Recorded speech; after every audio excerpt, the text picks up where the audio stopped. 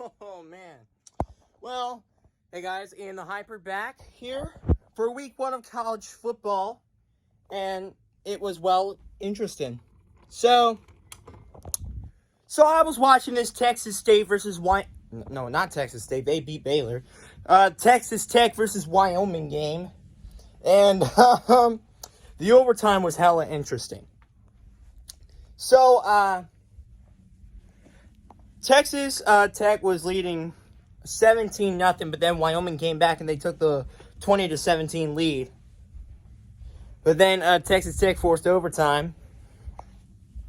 And then Wyoming got the ball to start overtime, and they got the touchdown in the extra point attempt. Then Texas Tech responded with a touchdown and extra point attempt.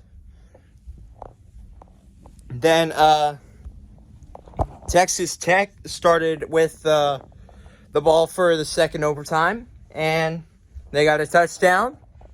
But did they get the 2-point conversion? No. So then Wyoming had the ball on 4th and 7. 4th and 7. That was the craziest fourth down I've seen. So, with that Texas Tech blitz that was coming in, when Peasley was trying to throw the ball, I was like, yeah, they're dead. And they scored a touchdown anyway, and I was like, what? What? What? I was stunned as hell. And a few seconds later, Wyoming, boom, 2-point conversion. They won the game just like that. Miracle. But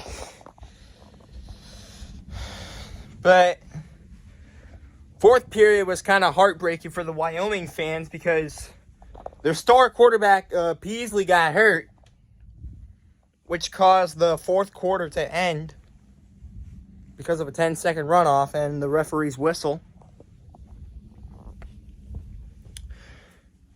And then at the second Wyoming's second play of overtime, Peasley came back because Wyoming has a super doctor they have,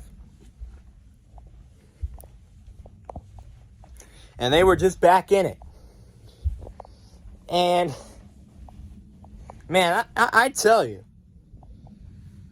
y'all can argue with me all you want, but I'm just saying, Wyoming is one of the most talented teams in college football.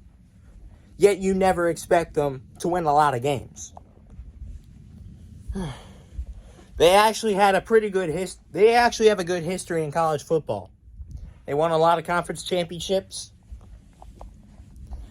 They were good for a really long time. But some years weren't really the best for them. Take a look at 2022, I believe. They lost the Arizona Bowl to Ohio in overtime, I think. And then, a few months later, what happens? They go back into overtime, but they're playing Texas Tech, who was 3-0. 3-0 last year in overtime.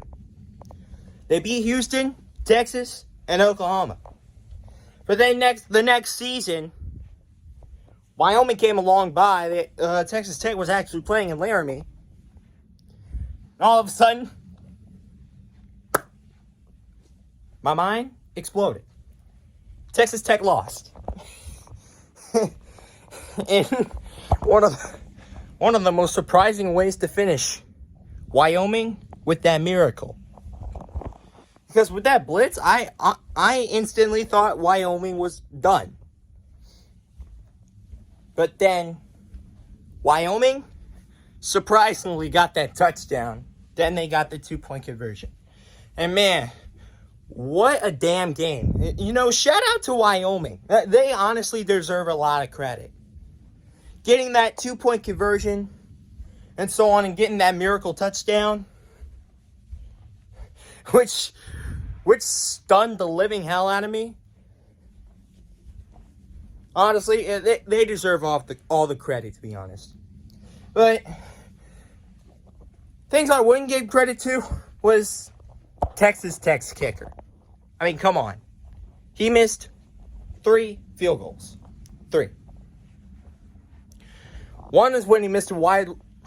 One's when we missed it he missed it wide. Then his next attempt got blocked.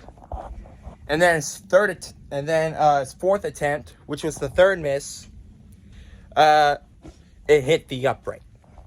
But then Texas Tech's kicker finally made a field goal to send it to overtime. And unfortunately for them, they couldn't survive in Laramie. So,